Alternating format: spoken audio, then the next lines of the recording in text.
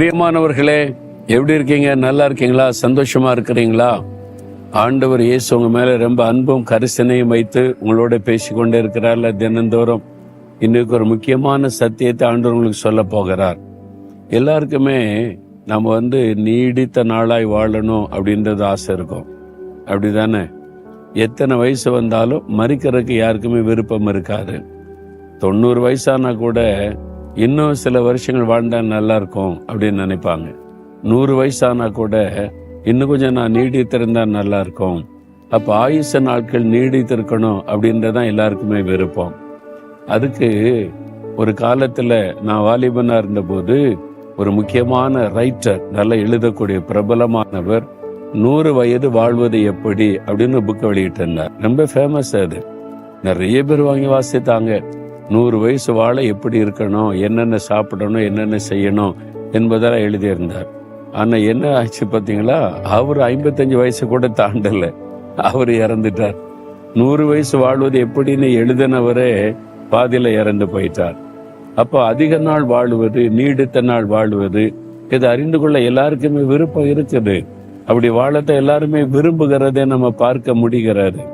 ஆனா வேத புஸ்தகத்துல அதுக்கு ஒரு வழி சொல்லப்பட்டிருக்கிறாரு. என்ன தெரியுமா? நீதிமொழிகள் 10:27 கர்த்தருக்கு பயப்படுதல் ஆயுச நாட்களை பெருக பண்ணும்.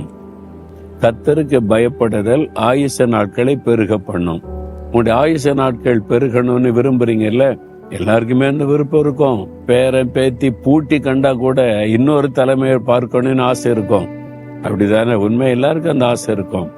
அப்போ நம்முடைய ஆயுச நாட்கள் பெருகணும், நீடித்த நாட்களா இருக்கணுமானா அதுக்கு தேவனுடைய வார்த்தை, கர்த்தருடைய வார்த்தை ஒரு ஆலோசனை கொடுக்கிறது. கர்த்தருக்கு பயப்படுதல்.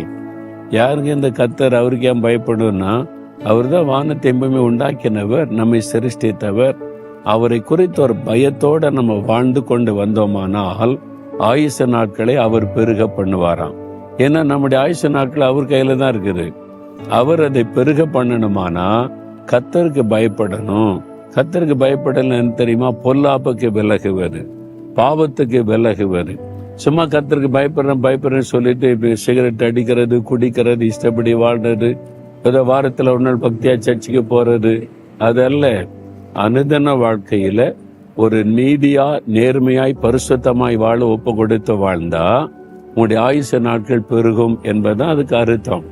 அப்ப உங்களுடைய ஆயுச நாட்களை பெருக பண்ணணுமானா நம்மை உண்டாக்கின ஆண்டவரை குறித்த ஒரு பயம் நமக்குள்ள இருக்கணும். அப்ப அந்த பயம் நமக்குள்ள இருந்தா லஞ்சம் வாங்க மாட்டோம், கலப்படம் செய்ய மாட்டோம், அநீதியா நடக்க மாட்டோம், அடுத்தவங்களை பாதிக்கிற மாதிரி செயல்பட மாட்டோம், மற்றவங்களை காயப்படுத்த மாட்டோம், நம்முடைய வாழ்வுக்காக அடுத்தவங்களை நசுக்க மாட்டோம். இந்த மாதிரி நல்ல குணங்கள் எல்லாம் காணப்படும். பார்த்தீங்களா? தேவனுக்கு பயந்து பாவத்துக்கு விலகி ஜீவிக்கிறாங்க பார்த்தீங்களா? அவங்களுக்கு தான் ஆயுச நாட்கள் பெருகுமா. இந்த மாதிரி குறுகன புத்தி, அடுத்தவங்களை கெடுக்கிற புத்தி, அடுத்தவங்களை பற்றி குறை பேசுவது, அடுத்தவங்களை காயப்படுத்துவது, மற்றவங்களை துக்கப்படுத்துவது, சுயநலத்துக்காக மற்றவங்களை காலின்களை நசுக்குவது, இந்த மாதிரி நம்ம வாழ்ந்திருக்கிறதுக்காக அடுத்தவங்களுக்கு வர வேண்டிய நன்மையை தட்டி பறிப்பது, இந்த மாதிரிலாம் வாழுகிறவங்களுடைய வாழ்க்கையில ஆயுச நாட்கள் எப்படி பெருக பண்ணும்? அப்போ நாம் வசனம் சொல்லுகிறபடி கர்த்தருக்கு பயந்து பாவத்துக்கு விலகி ஜீவிக்க ஒப்பு கொடுத்தீங்கன்னா ஆயுச நாட்கள் பெருகும். இதான் ரகசியம். புரிந்து கொள்றீங்களா? அப்போ அதுக்குதான் நம்ம என்ன பண்ணோம்? வேதம் வாசிக்கணும், ஜெபிக்கணும், ஆண்டவர் சொல்லுகிற வழியில நடக்கணும். இதுக்கு அர்ப்பணித்து கொண்டு நடக்க நடக்க நடக்க நல்ல ஒரு சரீரத்தில் ஆரோக்கியம் இருக்கும், ஆயுச நாட்கள் நீடித்திருக்கும். அதனால இன்னைக்கு வியாதி, பலவீனம், இந்த வயசுலயே மரண பயம் வந்துட்டுன்னா கொஞ்சம் ஆண்டவரை யோசிங்க, கர்த்தர் பக்கமா திரும்புங்க, அவருக்கு பயந்தோடைய வழிகளில் நடக்க அர்ப்பணித்துக் கொள்ளுங்க. ஆயுச நாட்களை கர்த்தர் பெருக பண்ணுவா. சரியா? இப்ப ஜெபம் பண்ணலாம். ஆண்டவரே, உமக்கு பயந்து உம்முடைய வழிகளில் நடந்து பாவத்துக்கு விலகி ஜீவிக்க என்னை ஒப்பு கொடுக்கிறேன். நீர் என்னுடைய ஆயுச நாட்களை கரத்தில் வைத்திருக்கிறீர்.